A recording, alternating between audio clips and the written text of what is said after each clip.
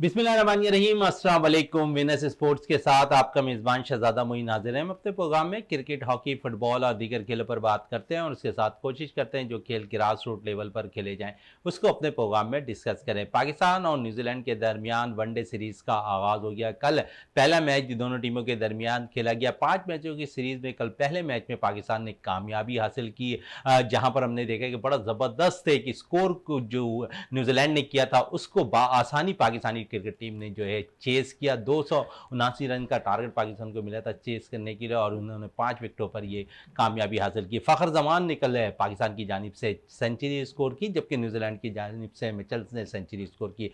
दूसरी तरफ अगर बात करें तो मोहम्मद रिजवान की बैटिंग के हवाले से बड़ी ज़बरदस्त बैटिंग का मुजाहरा मोहम्मद रिजवान ने किया और उनका भरपूर तौर पर अगर साथ देते हुए नजर आए तो मोहम्मद बाबर जिन्होंने कप्तान है पाकिस्तान क्रिकेट टीम के, उन्होंने बड़ी ज़बरदस्त बैटिंग का मुजाहरा किया। बॉलिंग के शोबे में अगर पाकिस्तान की जानिब से बात करें तो नसीम शाह ने अपने कैरियर की बेस्ट बॉलिंग का कल मुजाहरा किया और पाकिस्तान की जानिब से नसीम शाह वो दुनिया के वाहिद बॉलर भी बन गए हैं जिन्होंने 6 मैचों के अंदर 20 विकेटें हासिल की और उसके साथ साथ पाकिस्तान ने 500 मैचेस की फतह अपने नाम समेटी है। इस सारे सूरत हाल पर बात करने के लिए हमारे साथ स्टूडियो में मौजूद हैं सैयद इरफान रोशन साहब जो स्पोर्ट्स एनालिस्ट हैं, उनके साथ साथ मौजूद हैं जाफर हुसैन साहब जो स्पोर्ट्स एनालिस्ट है। दोनों से कल के मैच के हवाले से हम गुफ्तगू करेंगे। सबसे पहले सैयद इरफान साहब के पास आते हैं। इरफान साहब क्या कहेंगे, बड़ा ज़बरदस्त T20 में हमने देखा था कि हमारी कारकर्दगी लास्ट 2 मैचेस में जो है हमारी कारकर्दगी वीक जा रही थी, लेकिन फिर हमने देखा कि वनडे सीरीज़ का आगाज़ हुआ कल और जिस तरह हमने 5 विकेटों से कल कामयाबी हासिल की, एक मुख्तलिफ रूप में पाकिस्तानी टीम नज़र आई। क्योंकि गो के अगर हम देखें कल थोड़ी सी गलतियाँ, जीत के साथ गलतियाँ छुप जाती हैं, लेकिन गलतियाँ कल भी पाकिस्तान की जानिब से होती नज़र आई और ख़ासकर अगर बॉलिंग का शोबा देखें तो 35 ओवर्स तक जो है यकीनन न्यूजीलैंड के बैटर्स हावी ज़रूर नजर आ रहे थे पाकिस्तानी टीम पर, लेकिन उसके बाद पाकिस्तानी बॉलर्स ने डेट ओवर में बड़ी ज़बरदस्त बॉलिंग का मुजाहरा किया। कुछ पाकिस्तानी फील्डर्स ने गलतियां ज़रूर की कल, हमने देखा बहुत से मिस फील्डिंग भी हुई। क्या कहेंगे, क्योंकि जीत के बाद बहुत सी गलतियां छुप जाती हैं। जी शहजादा भाई, चलें माशाल्लाह बहुत खुशी की बात है कि कल पाकिस्तान जो है बहुत अच्छा मैच जीता। लेकिन ये है कि जो टारगेट था उसको इन मेरे ख्याल से 46 ओवर्स तक के अंदर अंदर चेस करना बनता था। और दूसरा बस थोड़ा सा ये है कि देखें जो जैसे एशिया कप आने वाला है, वर्ल्ड कप आने वाला है, तो अभी भी इस बार जो टीम स्क्वाड की अगर आप बात करें तो उसको लेकर बहुत ज़्यादा कोई पर्सनली मैं मुतमईन नहीं हूँ, सही है ना। क्योंकि देखें वर्ल्ड कप जैसा जो बड़ा इवेंट होता है, एशिया कप जैसा जो होता है, और जिन वेन्यूज़ पे मैच है जैसे एशिया कप है वो पाकिस्तान में है, वर्ल्ड कप जो है वो इंडिया में सुनने में आ रहा है, तो एक क्राउड का भी प्रेशर होता है, सही है। तो अब इन्हें क्या है कि थोड़ा सा ना आप अपने सीनियर प्लेयर्स को जो है आपको इंक्लूड करना चाहिए था। जैसे इफ्तिखार अहमद को इन्होंने वनडे सीरीज के अंदर इंक्लूड नहीं किया, प्लस जो है इन्होंने इमाद वसीम, देखें इतनी ज़्यादा कंसिस्टेंसी है उसके अंदर, T20 के अंदर उसने मतलब आपको शो किया कि यार वो एलिजिबल है वनडे सीरीज के लिए भी, हर हर तरह की क्रिकेट वो और प्लेयर से बेहतर खेलना जानता है। जब प्रेशर में होती है पाकिस्तानी टीम तो सबसे अच्छा जो परफॉर्मर है वो इमाद वसीम होता है नीचे। अब उसको बिठाने का क्या तुक है वो समझ में नहीं आया, हालांकि ये सीनियर मतलब लेकिन ये अभी वर्ल्ड कप का स्क्वाड का ऐलान तो नहीं हुआ ना इरफान साहब, अभी तो हमारे पास थोड़ा सा टाइम है, हम चेक भी कर रहे हैं। हमने T20 में अहमद वसीम को चेक कर लिया, लेकिन अच्छी परफॉर्मेंस अहमद वसीम ने दी है, लेकिन हम दूसरे प्लेयर्स को भी चेक कर रहे हैं। जिस तरह मोहम्मद हारिस को इंक्लूड किया हमने 17 रुकनी स्क्वाड के अंदर, मोहम्मद हारिस टीम का हिस्सा बने, क्या कहेंगे आप? देखें मैं तो यही समझता हूँ क्योंकि आप अभी से ना प्रिपेयर करें, अगर आपको बाद में इमाद को रखना ही है तो आप ज़्यादा से ज़्यादा, क्योंकि एक तो देखें ना 2-3 साल के बाद उनका कमबैक हुआ है और बहुत मुश्किल से कमबैक हुआ है, तो जिस प्लेयर की अच्छी परफॉर्मेंस हो उसके बावजूद आपको फिर बिठाना बनता नहीं है। और जैसे अभी आगा सलमान की मैं बात करूँ, आगा सलमान है बहुत ज़्यादा एक्सपीरियंस नहीं है, कल मतलब उन्होंने आराम से अपनी विकेट दे दी। तो इस तरह आप जैसे शान मसूद है, अब शान मसूद को पिछले 6-8 महीने से बहुत ज़्यादा चांसेस मिल गए, सिर्फ वर्ल्ड कप में सर उन्होंने। इरफान साहब, आप इसी प्रोग्राम में बैठकर शान मसूद के लिए टीम में जगह बनाने के लिए कहा करते थे, आज शान मसूद के खिलाफ आप बोल रहे हैं। सर मैं खिलाफ बोलने की बात नहीं, बात थी कि उस टाइम देखिए करंट परफॉर्मेंस को बेस करते हुए बात कर रहा था। आज जो है जो परफॉर्मेंस है उसको बेस करते हुए बात करो, क्योंकि हम अपने मुल्क का नुकसान तो नहीं चाहेंगे, बोलना तो सबका हक है ना सर। अब बात ही जब अच्छा परफॉर्म करता है तो हम कहते हैं और सब देखते हैं कि यार जगह बननी चाहिए, आज वो परफॉर्म नहीं कर रहा तो मेरे ख्याल से टीम में उन्हें बिठा देना बेहतर है। ये तो खैर अभी 3-4 मैचेस और बाकी हैं तो इनकी परफॉर्मेंस का खैर आगे पता चल जाएगा।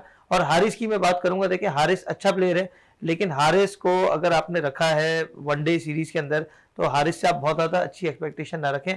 मेरे हिसाब से उनको फर्स्ट क्लास क्रिकेट मैचेस खेलने की ज़्यादा ज़रूरत है। फर्स्ट क्लास मैचेस खेलने की ज़्यादा ज़रूरत है। जाफर हुसैन साहब, प्रोडिक्शन बड़ी सही होती है आपकी।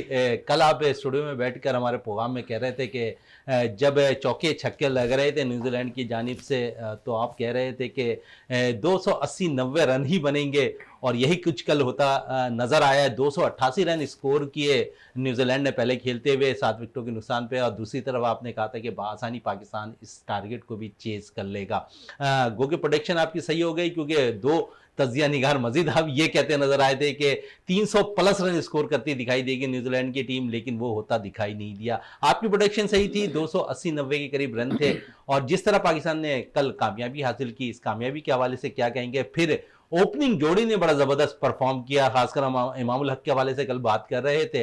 कल उन्होंने 60 रन की उम्दा इनिंग खेली। फखर के हवाले से बात कर रहे थे, वापस आए फखर, 117 रन की बल्लेबाजी की, बड़ी बेहतरीन बल्लेबाजी की। फिर बाबर ने 49 रन स्कोर किए। उसके साथ साथ मोहम्मद रिजवान ने मैच फिनिश किया, क्योंकि हम कल के प्रोग्राम में भी जिक्र कर रहे थे कि कोई हमारे पास मिडिल ऑर्डर पर मैच फिनिश करने वाला प्लेयर नहीं आ रहा। कल मिडिल ऑर्डर पर आकर मोहम्मद रिजवान ने मैच को फिनिश किया। देखें, सबसे पहले तो शहजादा मोइन साहब आपका बहुत शुक्रिया, और जिस तरह इरफान भाई ने तस्करा अपना पेश किया है कि पाकिस्तान टीम के हवाले से हारिस को शामिल करना, फिर शान मसूद को शामिल करना, तो मेरे ख्याल में बहुत अच्छी बात की। मैं एग्री करूंगा इरफान भाई से। उसका रीज़न ये है कि देखें, पिछले जो अगर हम मैचेस की बात करें, कल का मैच तो हम जीत गए, बहुत खुशी की बात है। आउटस्टैंडिंग परफॉर्मेंस दिए फ़खर जमान ने, आउटस्टैंडिंग परफॉर्मेंस दिए बाबर ने, रिजवान ने उस पोजीशन पे आके जहाँ पे इफ्तिखार चाचा को खेलना चाहिए था, जहाँ पे सलमान अली आगा को खेलना चाहिए था, वहाँ आके उन्होंने जो है ना अच्छे एक परफॉर्म किया। मैं समझता हूँ एक बहुत अच्छी कारकर्दगी रही है पाकिस्तान टीम के। गो के ज़्यादा स्कोर नहीं था उस विकेट पे, जो कि प्रेडिक्शन यही की जा रही थी कि 300 प्लस स्कोर होगा, लेकिन उसमें पाकिस्तान टीम के आखिरी जो डेथ ओवर्स है, जो आखिरी 10 ओवर थे, उसमें बहुत अच्छी परफॉर्मेंस दी हमारे बॉलर्स ने। तो रन रोके, शुरू में तो ऐसा लग रहा था, जब तक 30 ओवर हुए थे, ऐसा लग रहा था कि जैसे रन के अंबार लग जाएंगे, लेकिन बहुत अच्छा आपके पाकिस्तानी बॉलर्स ने इसको कंटेन किया है।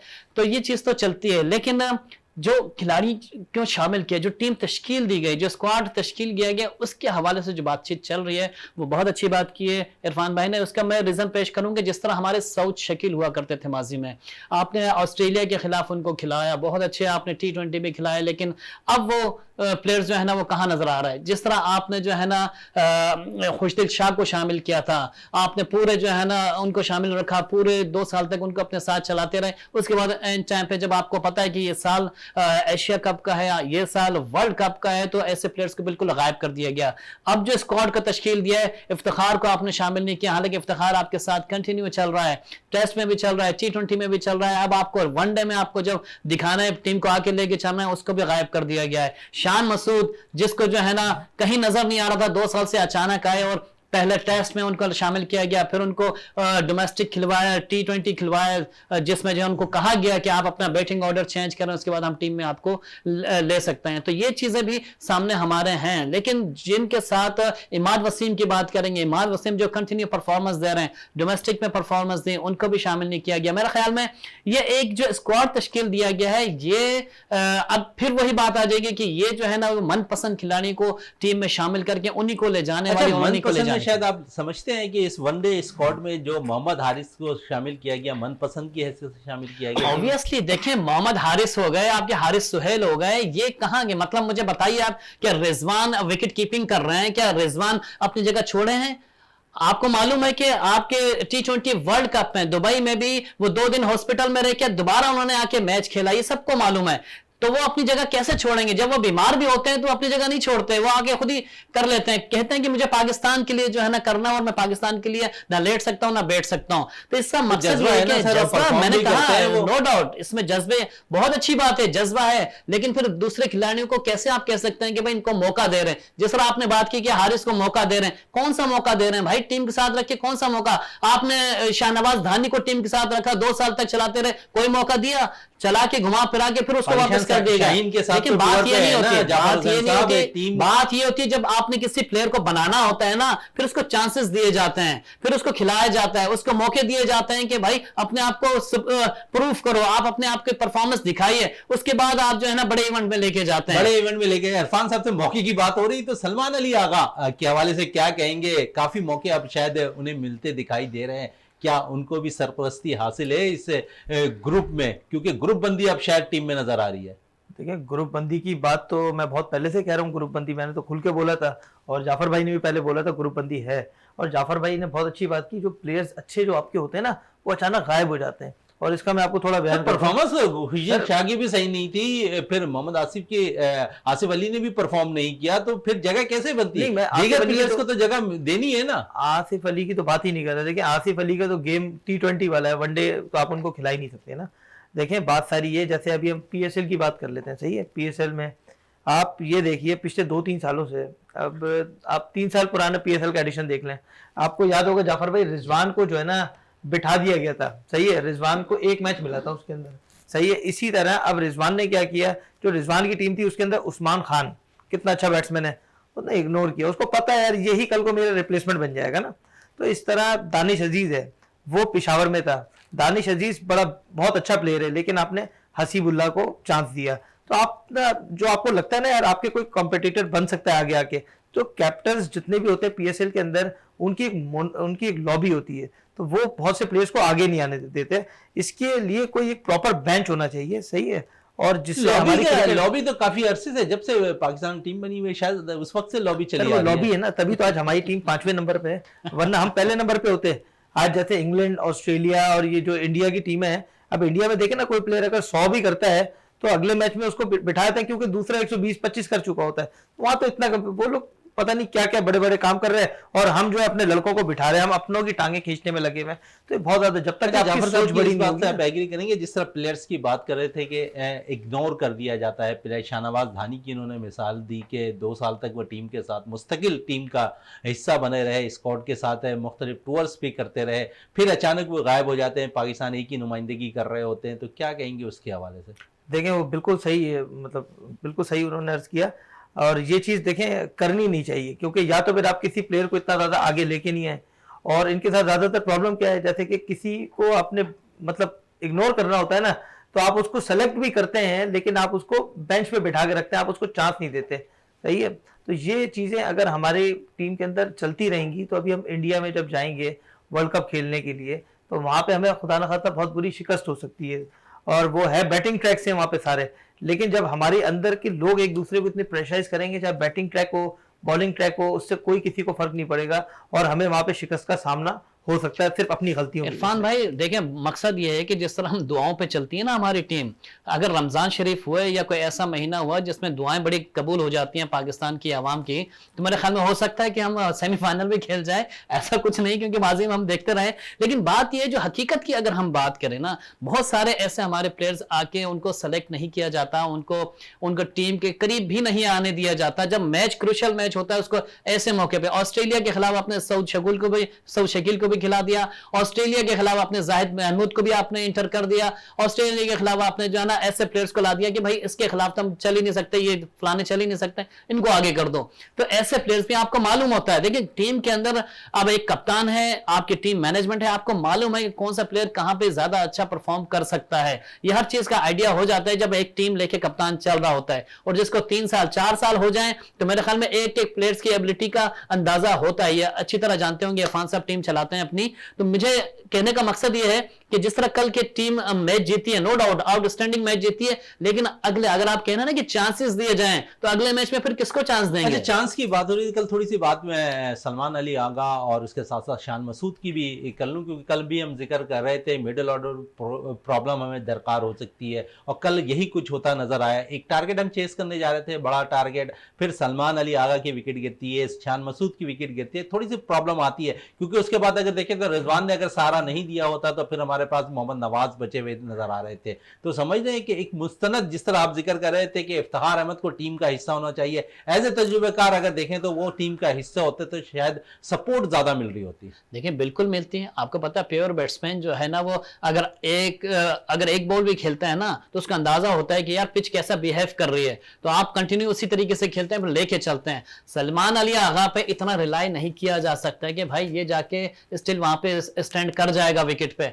इफ्तिखार पे रिलाई किया जा सकता है, बड़ी बात है, ठीक है। शान मसूद पे रिलाई नहीं कर सकते क्योंकि वो उसकी पोजीशन ही अभी मुस्तहकम नहीं है ना। वो अभी कुछ अर्से पहले वो वाइस कप्तान कौमी टीम के नजर आ रहे थे। देखिए वाइस कप्तान तो शादाब भी नजर आ रहे हैं, लेकिन उनकी भी टीम में पोजीशन मुस्तहकम नहीं है भाई। देखो उसके पीछे भी उसामा मीर बैठे हुए हैं, जरा सी परफॉर्मेंस खराब हुई तो उसामा मीर को भी शामिल किया जा सकता है। लॉबी करने देगी ये? देखिए लॉबी कभी नहीं करने देगी, ये सिर्फ बिठावे बेंच स्टैंड पे इसलिए कि भाई जाहिद महमूद ना आ जाए, क्योंकि वो अच्छा बॉलर था, उसने अच्छी बॉलिंग की थी। आपको जो है ना किसी भी टाइम कोई और भी बॉलर आ सकता है। टीम के साथ रखना पड़ता है। खेलना किसने है ये सबको मालूम है कि खेलना उन्हीं बंदों ने है जो कि चलते हुए आ रहे हैं 3-4 साल से। अच्छा, कल नसीम शाह के हवाले से थोड़ी जो बात कर लें, बड़ी ज़बरदस्त बॉलिंग का भी मुजाहरा किया और फिर दुनिया के नंबर 1 बॉलर भी बन गए जिन्होंने 6 मैचेस के अंदर 20 विकेटें हासिल की हैं। क्या कहेंगे नसीम शाह के हवाले से? नसीम शाह आउटस्टैंडिंग बॉलर हैं और उनको देखिए बड़ी अच्छी बात ये होती है कि किसी भी बॉलर को थोड़ा सा रेस्ट देकर दोबारा खिलाया जाए तो वो और उभर कर सामने आता है। जिस तरह नसीम शाह थे, नसीम शाह का वो होम ग्राउंड भी एक तरह से है, उन्होंने बहुत सारी क्रिकेट वहां पे खेली है, उनकी हैट्रिक भी वहां पे मौजूद है श्रीलंका के खिलाफ, उन्होंने आउटस्टैंडिंग बॉलिंग भी की है ऑस्ट्रेलिया के खिलाफ भी। और इसका नसीम शाह की खास बात यह है कि जिस रफ्तार से बॉलिंग करते हैं, जिस विकेट पे बॉलिंग करते हैं, बैटिंग पैराडाइज विकेट थी, लेकिन बड़ी जबरदस्त उन्होंने बॉलिंग की, क्योंकि हम देख रहे थे कि तमाम बॉलर्स को शुरू में जो है कुटाई लग रही थी, लेकिन नसीम शाह ने जिस तरह के 2 ओवर मेडन किए, उसके बाद फिर सबसे कम रन दिए और फिर 2 विकेटें हासिल की। क्या कहेंगे इस पर? देखिए उनका रिदम, उनका अंदाज, आपको पता है आउटस्विंग करते हैं, बहुत प्यारी आउटस्विंग करते हैं और मिड विकेट से उठा के बॉल करते हैं वो, तो हर एक का अंदाजा नहीं होता। कोई भी बड़ा से बड़ा बैट्समैन भी होता है वो डॉज खा जाता है। तो वो मैंने कहा ना कि उनका होम कंडीशन पे जो है ना वो उन्होंने बड़ी अच्छी बॉलिंग कर रखी है उस जगह पे, तो वो उनको आइडिया है कि वहां पे कैसे बॉलिंग कर रही है। और नसीम शाह पाकिस्तान का मुस्तकबिल है। उनको अगर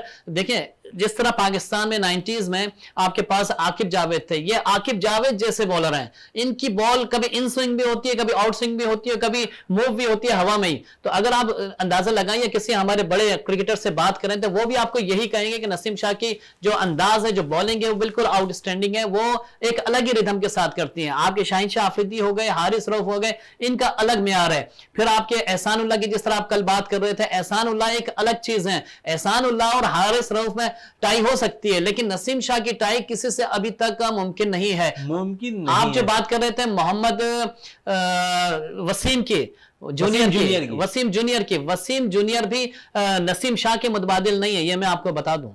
बिल्कुल, बॉलिंग की बात हो रही है, थोड़ी सी इरफान साहब से भी बात कर लेते हैं। इरफान साहब, जिस तरह हमने एहसानुल्लाह को टीम में शामिल किया हुआ है, पेस 149-50 के करीब वो बॉल करते हैं, तो समझ रहे हैं कि इस वक्त पाकिस्तान में सबसे तेज़ बॉलिंग करने वाला बॉलर मौजूद ज़रूर है हमारे साथ है। क्या हम अगर उसे मुस्तकबिल में वर्ल्ड कप में खिलाना है, एशिया कप में खिलाना है, तो उन्हें इन सब टीमों के खिलाफ अभी चांस देने का वक्त था कि हम अपने होम ग्राउंड पर उन्हें चांस देते हैं, क्योंकि हाल ही में उन्होंने परफॉर्मेंस भी अच्छी PSL में दी, फिर T20 सीरीज़ हुई अफगानिस्तान में, वहाँ भी अच्छी बॉलिंग की, फिर पाकिस्तान में एक मैच उन्हें ज़रूर T20 का खेलने के मौका मैसर हुआ। तो मुस्तकबिल अगर एहसानुल्लाह को देख रहे हैं हम, तो यकीनन शहनशाह अफरीदी हैं, हारिस रऊफ हैं, इनमें से किसी को ड्रॉप करके उन्हें शामिल किया जाए तो ये सूदमंद साबित नहीं होगा, क्योंकि हम अगर मुस्तकबिल में वर्ल्ड कप खिलाना चाहते हैं एहसानुल्लाह को, तो देखिए एहसानुल्लाह को आप अगर वर्ल्ड कप नहीं भी खिलाते तो कोई इतना बड़ा इशू नहीं है, क्योंकि देखिए पाकिस्तान की अगर आप बात करें तो उनकी बैकबोन जो है ना, उनकी बॉलिंग स्ट्रेंथ है, फास्ट बॉलिंग। भाई स्पिन का कोई इतना ज़्यादा किरदार नहीं होता उसके अंदर, फास्ट बॉलिंग जो है आपके पास एक से बढ़कर एक बॉलर है, और जितने भी प्लेयर्स हैं सब एक से बढ़कर एक परफॉर्म करने वाले हैं। बस ये कि जैसे कि जो कंसिस्टेंसी जो होती है ना, वो बहुत ज़्यादा हारिस रऊफ में और शाहीन अफरीदी में नज़र नहीं आ रही पिछले 1-2 महीने से। और ये है कि आप समझ लें कि नसीम शाह ने बहुत अच्छा कमबैक किया, क्योंकि नसीम शाह की जो परफॉर्मेंस थी T20 की, जो अभी हमारे PSL था, इसके अंदर बहुत सबसे ख़राब परफॉर्मेंस उन्हीं की थी, लेकिन उन्होंने फिर कोचिंग ली और बहुत अच्छा लर्न किया। तो आज मैं एक वीडियो देख रहा था, उसके अंदर एक ग्राफ बना हुआ था, तो उन्होंने लगातार 12 से 13 बॉलें एक ही जगह पे मारी हैं। ये बहुत बड़ी बात है कि इस पेस के ऊपर आप इतनी ज़्यादा अच्छी वेरिएशन कर रहे होते हो और एक ही जगह से, तो वो आप समझ लें बैट्समैन के लिए बहुत ज्यादा बिल्कुल डिस्टर्बिंग मतलब होता है ना। यानी कमबैक करने के लिए उसने मेहनत की है, ये मेहनत करने के बाद वो दोबारा टीम में आया और उसकी परफॉर्मेंस सबके सामने नजर आ रही है। तो यकीन है ऐसे मुस्तकबिल में मजीद हमारे पास और भी बॉलर है, लेकिन चांस देने की बात है। जिस तरह मैंने एहसानुल्लाह की बात की, शाहनवाज धानी की बात कर रहा था, दीगर बैटर्स की बात कर रहा था, मुस्तकबिल में हमें अगर वर्ल्ड कप को प्लान का हिस्सा बनाना है, क्योंकि वर्ल्ड कप में ज्यादा अरसा नहीं है, तो इनको साथ लेकर चलना होगा हमें। सर देखिए वर्ल्ड कप की अगर आप मुझसे पूछे ना तो बॉलिंग के हिसाब से तो मैं सेटिस्फाइड हूँ कि बॉलिंग में हमें बहुत ज्यादा कोई मेहनत करने की जरूरत नहीं, हमारे बॉलर्स बड़े समझदार हैं। क्योंकि हारिस रऊफ की अगर आप बात करते हैं ना तो आप चेंज समझते ऑफ हैं दुनिया की पेस और पेस अटैक हमारे पास मौजूद है इस वक्त। जी हमारे पास अल्हम्दुलिल्लाह पेस अटैक, क्योंकि आप देखिए शाहीन अफरीदी, वो कौन सा बॉलर ऐसा दुनिया में जो स्टार्टिंग में यॉर्कर मारता है, किसी को इतना कंट्रोल नहीं होता इस पेस के ऊपर। नसीम शाह है, उसकी इतनी अच्छी बॉलिंग है, हारिस रऊफ की है। आपके स्क्वाड में अगर ईशान उल्लाह होंगे वो आपका एक बड़ा अच्छा है, प्लस वसीम जूनियर का मैं एक बात करूंगा। देखिए वसीम जूनियर अच्छा है, मेरे हिसाब से वनडे का इतना अच्छा नहीं है, क्योंकि उनको आपने बहुत ज्यादा फर्स्ट क्लास मैचेस नहीं खिलाए। आप उनको थोड़े फर्स्ट क्लास क्रिकेट खिलाएंगे ना तो फिर आप उनको शायद वनडे के अंदर लेके आ सकते हैं। और हमें जो जरूरत है इस टाइम, फिर वही वाली बात पे आता हूँ जाफर भाई, कि हमें जो इस टाइम प्रॉब्लम है वो ये है कि देखें अब जो वनडे क्रिकेट जो है ना उसमें जो स्कोर बनता है 350 बनता है, बादों का 350 भी बनता है और वो चेज भी हो जाता है। हमारे जो बैट्समैन है उनकी मेंटेलिटी ये है कि भाई अच्छे रेट से नहीं जीतना है, वो सोचते हैं सब अपना अपना नंबर सीधा करो और जो है कि बस हम मैच जितवा दो और हमें मैन ऑफ द मैच मिल गया, अगले मैच का वो सोच रहे थे कि हमारा नंबर फिक्स हो गया। तो हमारे जो बैट्समैन है उनको थोड़ा सा अपना गेम इंप्रूव करके 350 रन तक के लेके आना पड़ेगा, जो बहुत टाइम से नहीं है। और ये एक मेजर प्रॉब्लम हो सकती है, अगर हम आज इस चीज पे इंप्रूव नहीं करेंगे तो हमें वर्ल्ड कप में और एशिया कप में शिकस्त का सामना एशिया करना कप वर्ल्ड कप में हमें प्रॉब्लम आएगी। थोड़ी सी पिच के हवाले से बात कर लें जाफर हसन साहब, क्योंकि विकेट अगर हम देखें तो बैटिंग के लिए साजगार नजर आती है। क्या हमें एशियन विकेटों पे जब हमें इंडिया में मैचेस खेलने हैं, वहां अगर ऐसी विकेटों का सामना करना पड़े तो हमारे बैटर्स कामयाब हो जाएंगे। लेकिन अगर थोड़ी सी मुश्किल विकेट आएगी, जिस तरह हमने देखा कि शारजा पे थोड़ी सी मुश्किल विकेट आई, तो हमारे बैटर्स भी जो है उसमें नाकाम नजर आ रहे थे। देखिए विकेट तो चेंज होती हैं, आप हर विकेट को अंदाज़ा नहीं लगा सकते। जिस तरह आप वर्ल्ड कप की बात कर रहे हैं या एशिया कप की बात कर रहे हैं, तो मेरे ख्याल में हर जगह की विकेटें चेंज होंगी। वर्ल्ड कप में इंडिया में जो होना है वहाँ की विकेटें मुख्तलिफ हैं, कहीं पे ज़्यादा स्कोर बनता है, कहीं पे बिल्कुल ही डेड विकेट्स हैं जहाँ पे बॉल ही नहीं उठ पाती। तो इस तरह की भी विकेट हैं वहाँ पे। लेकिन हमारी पाकिस्तान की विकेटें नो डाउट इंडिया से बहुत अच्छी हैं। और पाकिस्तान और क्यूरेटर ख़ासतौर पर जो हमारे यहाँ बना रहे हैं आगा जाहिद साहब, इन्होंने जिस तरीके से आपकी टीम मैनेजमेंट कहती है, जिस तरह से कप्तान कहते हैं, उसी तरीके से विकेट तैयार की जाती है। अब जिस तरह ये विकेट बनाई थी गुज़श्ता वाले मैच के लिए, तो आपने देखा कि सपोर्टिंग विकेट थी, यहाँ पे रन्स भी बने, विकेटें भी मिली हैं। तो मेरे ख्याल में एक जगह पे एक मौके पे जो है ना 10 ओवर्स के बाद थोड़ी सी विकेट में बाउंस खत्म हो गया था। लेकिन ये एक क्यूरेटर का एक ये समझ लें कि एक उनका फन है जिसका हम कह सकते हैं कि इस तरीके से जो है ना वो विकेट को तैयार करते हैं। तो अगर ये जिस विकेट पे अब जो गुज़श्ता मैच हुआ, मेरे ख्याल में अब जो आने वाला जो मैच है वो उस विकेट पे नहीं है, वो दूसरी विकेट तैयार की जा रही है। जो कि हमारे वहाँ पे अक्सर नुमाइंदे हैं जो हमारे दोस्त हैं, उन्होंने हमें बताया है कि वहाँ पे अब जो दूसरी विकेट है वो चेंज है। उस विकेट पे यकीनन चेंज होंगी, तो यकीनन चेंजिंग के बाद ऐसे रन्स होते हुए मुश्किल दिखाई देंगे। जाफर हुसैन साहब इस वक्त ब्रेक के लिए कहा जा रहा है, ब्रेक से वापस आते हैं तो गुफ्तगू को मजीद जारी रखते हैं।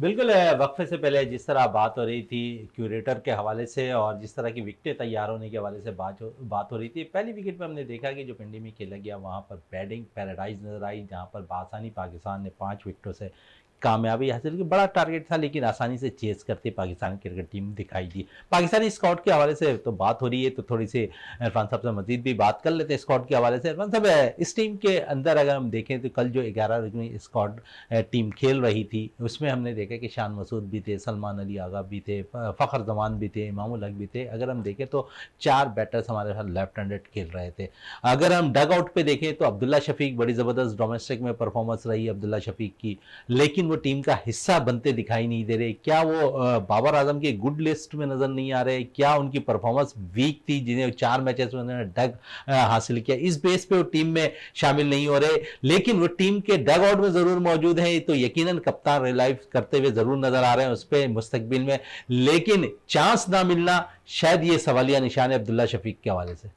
लेकिन चांस नहीं मिलने की दो चीज़ें हो सकती हैं। एक तो जो मैंने ऑब्जर्व किया है वो ये कि अब्दुल्ला शफीक जो है ना, वो फ्यूचर के कॉम्पिटिटर हैं बाबर आजम के, सही है। उनका जो गेम प्लान है वो क्लोज है बाबर आजम से, लेकिन उनमें फ़ायदा ये कि वो छक्के भी मारते हैं। बाबर आजम छक्के मारने वाले प्लेयर नहीं है। अब वो थोड़ा सा होता है कि कैप्टन आपको इस चीज़ से लेकर, प्लस दूसरा ये कि जैसे जो ओपनिंग जोड़ी है वो थोड़ी सी एक्सपीरियंस है, और शुरू के 1-2 मैचेस में अगर उन्होंने चांस नहीं दिया तो हो सकता है इस वजह से नहीं दिया हो कि उन्होंने सोचा हो कि यार कोई फ्लॉप होगा, तो क्योंकि अब्दुल्ला शफीक जो है ऊपर नंबर पे आके बैटिंग करते हैं। लेकिन मेरे हिसाब से उन्हें जो है चांस देना बनता है। आपने सलमान अली आगा को क्यों चांस दिया है वो समझ में नहीं आ रहा है, बहुत बड़ा सवालिया निशान बनता जा रहा है। शान मसूद खेल रहे हैं टीम के साथ।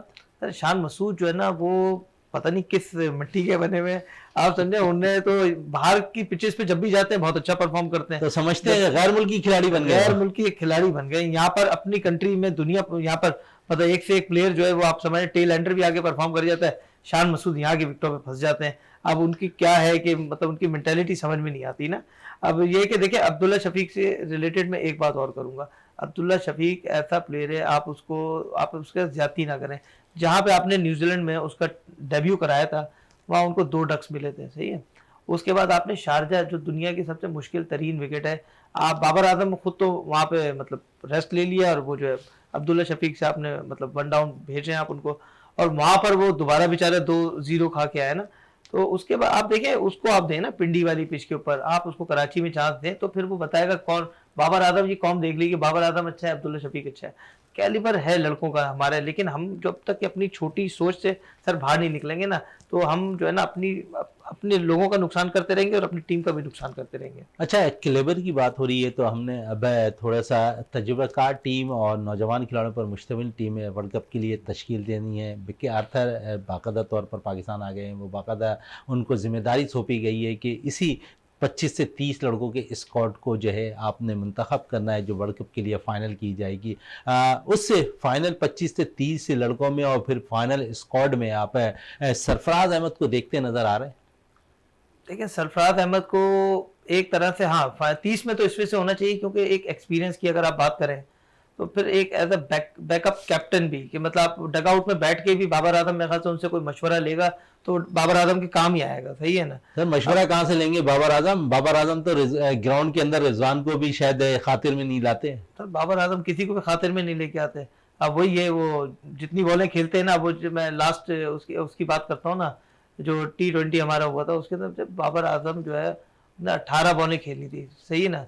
तो हम आखिरी जो हारे हैं क्योंकि ये अगर बाबर आजम ने 18 बॉलें खेल के 19 जाते बनाए थे ना, और वही जो डिफरेंस देखें आप, अगर सर्कल में जाते हैं बैटिंग के लिए तो आपकी जिम्मेदारी बनती है कि 1-2 बड़ी हिटें मारे, जैसे रोहित शर्मा मारता है, KL राहुल मारता है, ये डेविड वार्नर मारता है, वो चीज़ बाबर आजम में नहीं है। ये वनडे के अंदर जो है आप नीचे आ रहे हो, सही है, और T20 में आप ऊपर जा रहे हो बैटिंग में, तो ये इनकी कुछ साई की समझ में नहीं आती। और इनको पीछे समझाने वाले लोग, अभी तो मेरे को बड़ी उम्मीद थी कि यार नजम सेठी साहब आ गए तो ये चीज़ों को सही करेंगे, तो मेरे ख्याल से सेठी साहब को खुद भी थोड़ा सा सही होने की जरूरत है, फिर वो चीज़ें खुद सही हो जाएगी। सेठी साहब ने तो 3 टीमें तश्कील दे दी ना, जिस तरह पाकिस्तानी टीम 3 बनती है, एक कौमी टीम बनी हुई है, फिर पाकिस्तान शाहीन बनी हुई अंडर 19 की टीम दौरे पे, तो टीमें तो तश्कील दी है ना उन्होंने, लड़कों को प्रूफ करने के लिए मौके फराम किया, गैर मुल्की टूर्स मिलते दिखाई दे रहे हैं। नहीं वो दे रहे हैं, लेकिन अब सेठी साहब एक अच्छा काम ये कर लें कि सर वनडे की टीम बिल्कुल अलग बना लें।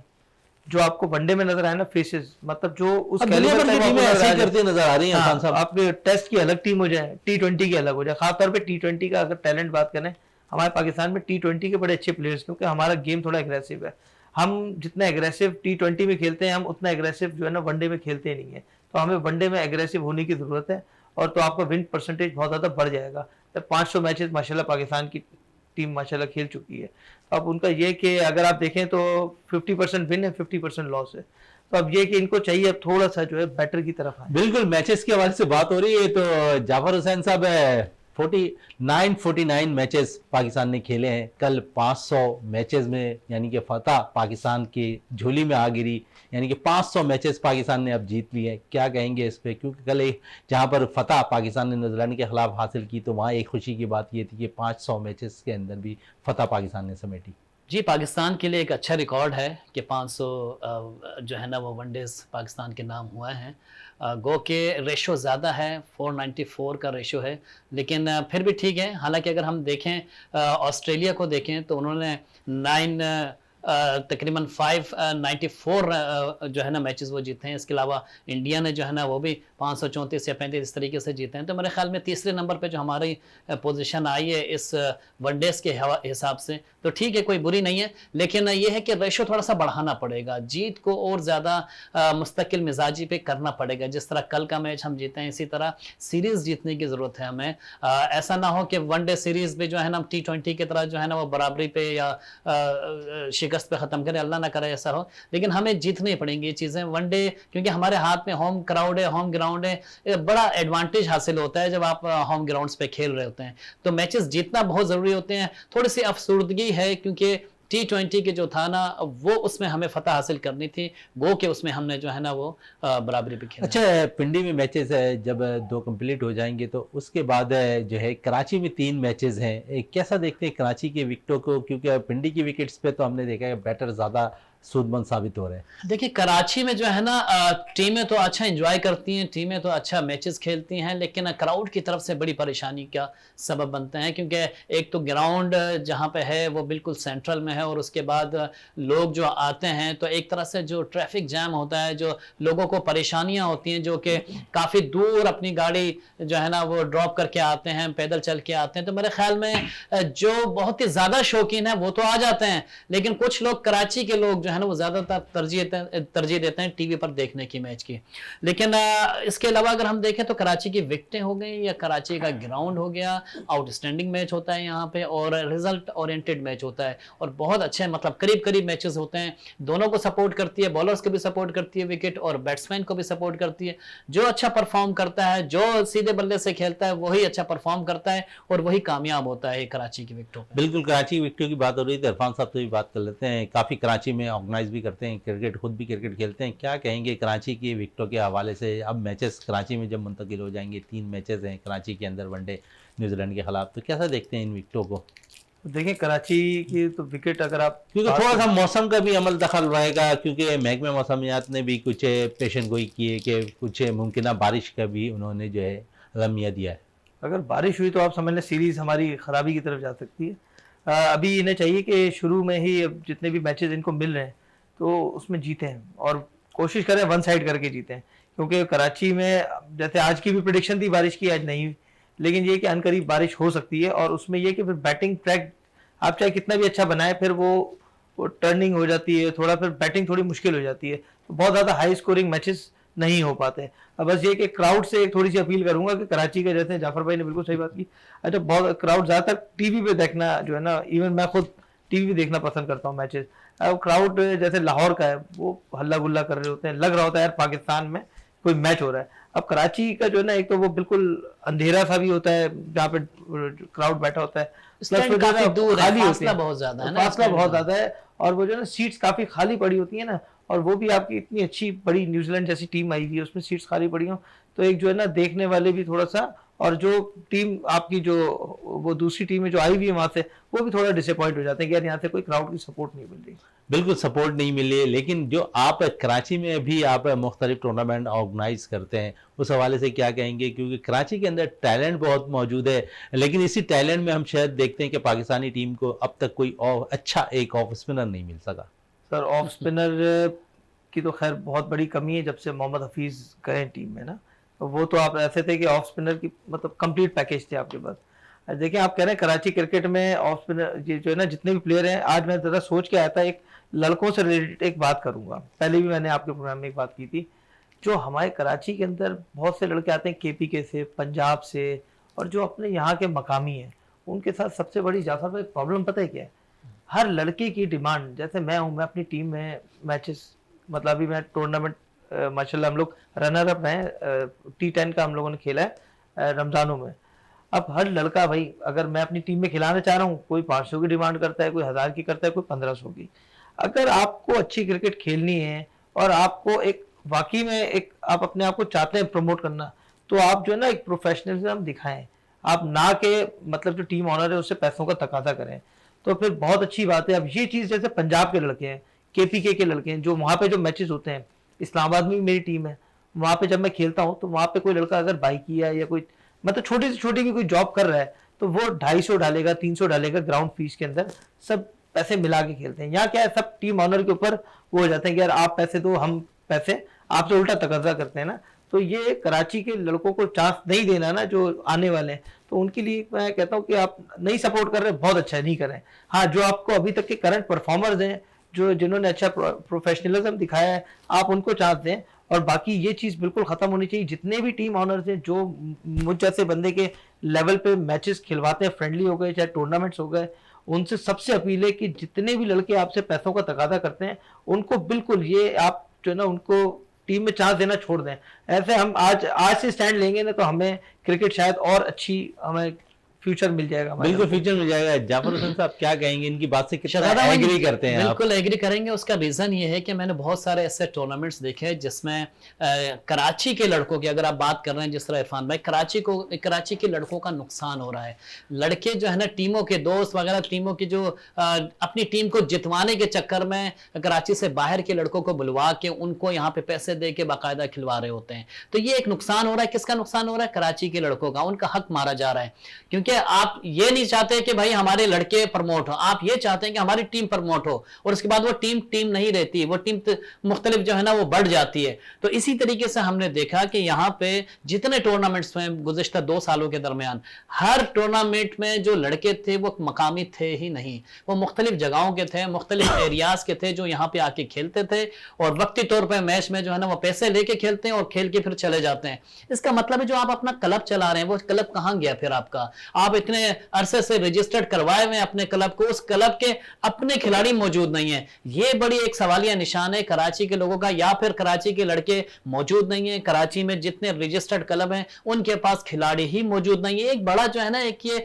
छोटा कॉन्सेप्ट नहीं है, बड़ा कॉन्सेप्ट है। ये पीसीबी को भी देखना पड़ेगा, रजिस्टर्ड खिलाड़ियों को खिलाना पड़ेगा। अगर जो रजिस्टर्ड खिलाड़ी नहीं होंगे और उनको जो है ना वो खिला रहे थे, इट्स मीन कि आप बददियांती कर रहे हैं उन खिलाड़ियों के साथ, टूर्नामेंट के साथ। किस तरह लगाएंगे जाफर हुसैन साहब है कि रजिस्टर्ड खिलाड़ी, क्योंकि इस देखिए, वक्त तो अगर बात करें पीसीबी तो ने पिछले साल जो है ना, पिछले से पिछले साल स्कॉटनी वगैरह की थी, जो जितने क्लब्स थे उनके सबके खिलाड़ियों की तस्वीरें उनको रजिस्टर्ड करवाया था कि अगर ये फलाने का क्लब है, इस फलाने के क्लब में इतने खिलाड़ी मौजूद हैं, तो उन 18 खिलाड़ियों को बाकायदा रजिस्टर्ड किया था। ऑनलाइन रजिस्ट्री हुई है सारी, ये फॉर्म फिल करके ऐसे जमा नहीं करवाया गया, ऑनलाइन रजिस्ट्री हुई है।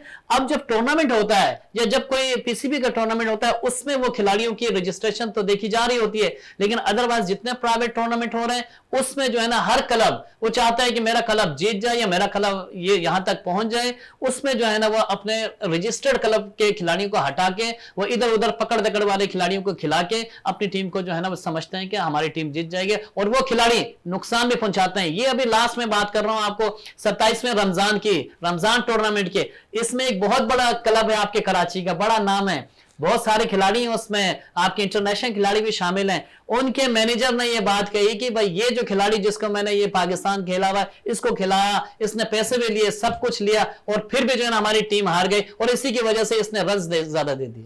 यकीन उसके बारे में आपसे काफी तफसीली बात भी रही है और इस पे मजीद भी तस्करा करेंगे, लेकिन इरफान साहब के पास आते हैं। जिस तरह जाफर साहब कह रहे हैं कि रजिस्ट्रेशन के हवाले से पीसीबी के, क्या इरफान साहब ऐसा कुछ हो सकता है मुस्तकबिल में कि जिस तरह जाफर साहब ने कहा उन लड़कों को हटाकर क्लब जीतने की कोशिश में दीगर प्लेयर्स को लाकर खिला रहे होते हैं, इस तरह तो बहुत से नुकसानात ऑर्गेनाइजर को भी होते दिखाई देते हैं। बिल्कुल होता है, जाफर भाई ने बिल्कुल सही बात की है कि ये तो होता है।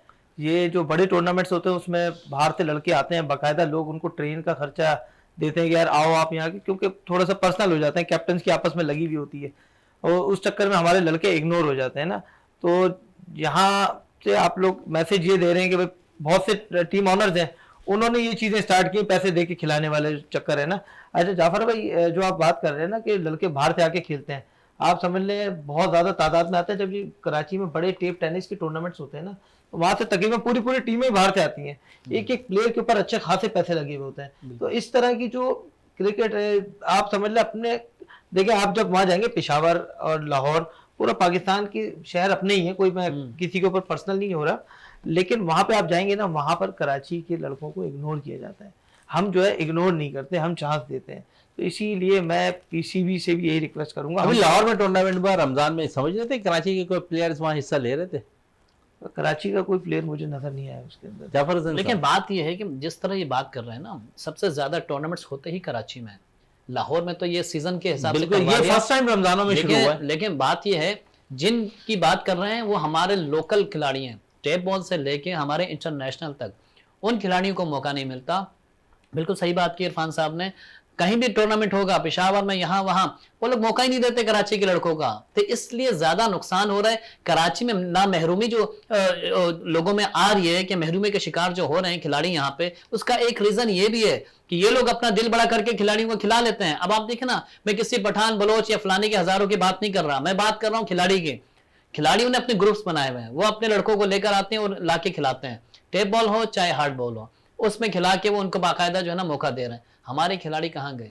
जो एक बच्चा जो घर से निकल के जा रहा है ग्राउंड, पूरा साल मेहनत कर रहा है, और जब टूर्नामेंट खेलने का मौका आता है तो उसमें उसको इग्नोर कर दिया जाता क्योंकि है। इग्नोर किया जाता है। तो इस पर मजीद भी बात कर लेते हैं कराची के इग्नोर खिलाड़ियों के हवाले से। ताबिश खान, सोहेल खान, फवाद आलम, सरफराज अहमद और असद शफीक, जिस तरह प्लेयर्स बड़े न हैं, उस तरह उनके साथ जाती भी बड़ी होती दिखाई दी।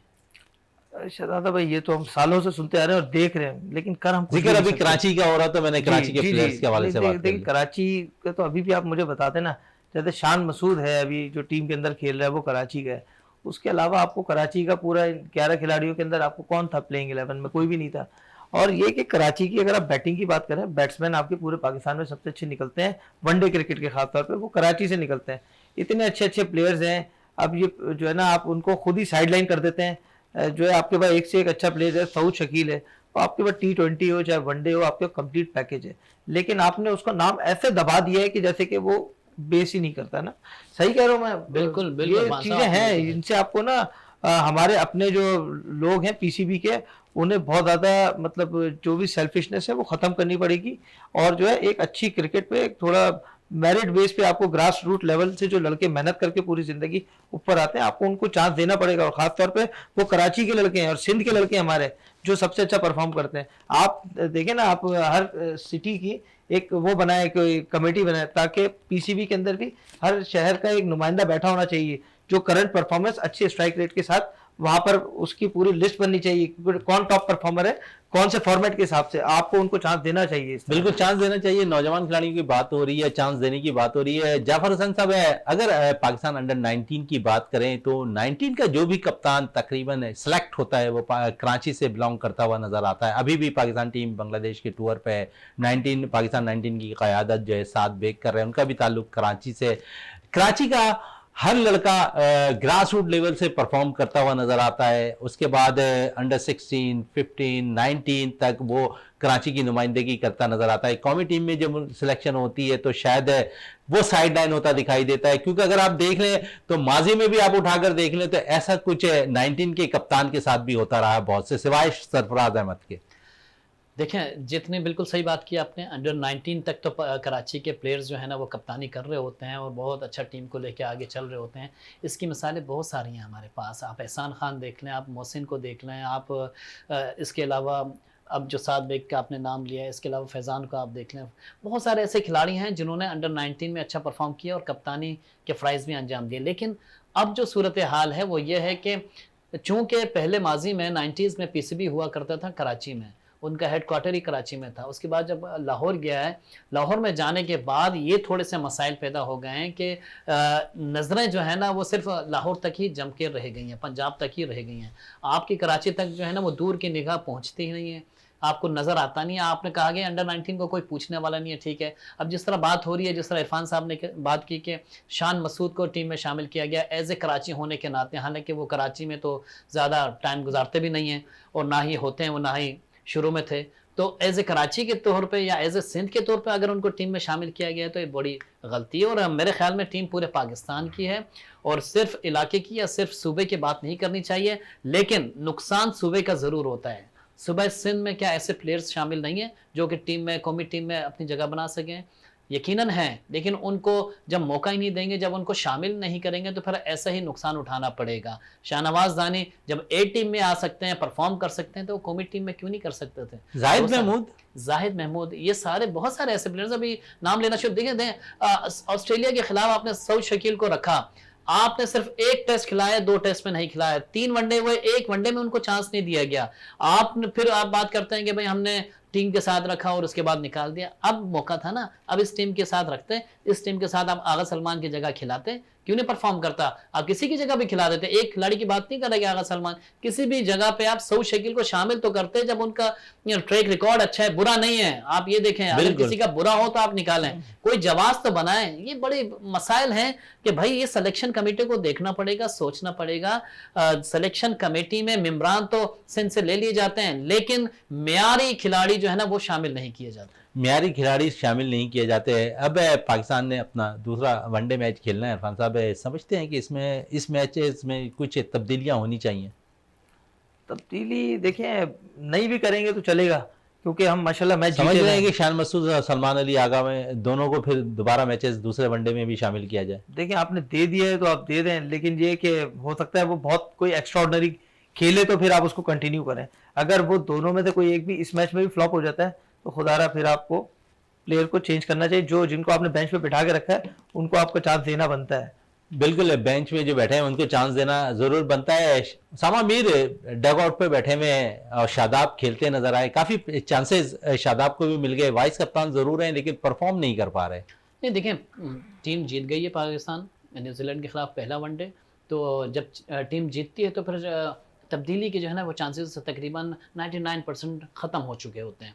तो अब मुझे नहीं लगता कि टीम में कोई चेंजेस होगी। मेरे ख्याल में यही टीम जो है ना वो सेकंड वनडे में भी खेल रही होगी। सेकंड वनडे में ही खेल रही होगी। जाफर हुसैन साहब आपका बहुत बहुत शुक्रिया। सैयद इरफान रोशन साहब आपका बहुत बहुत शुक्रिया। प्रोग्राम का अख्ताम करते हैं इस दुआ के साथ कि पाकिस्तान में खेल और खिलाड़ी तरक्की करते रहें और पाकिस्तान का सबसे लाली परचम दुनिया भर में रोशन रहे। इसी के साथ अपने मेज़बान शहजादा मोइन को इजाज़त दें। पाकिस्तान जिंदाबाद।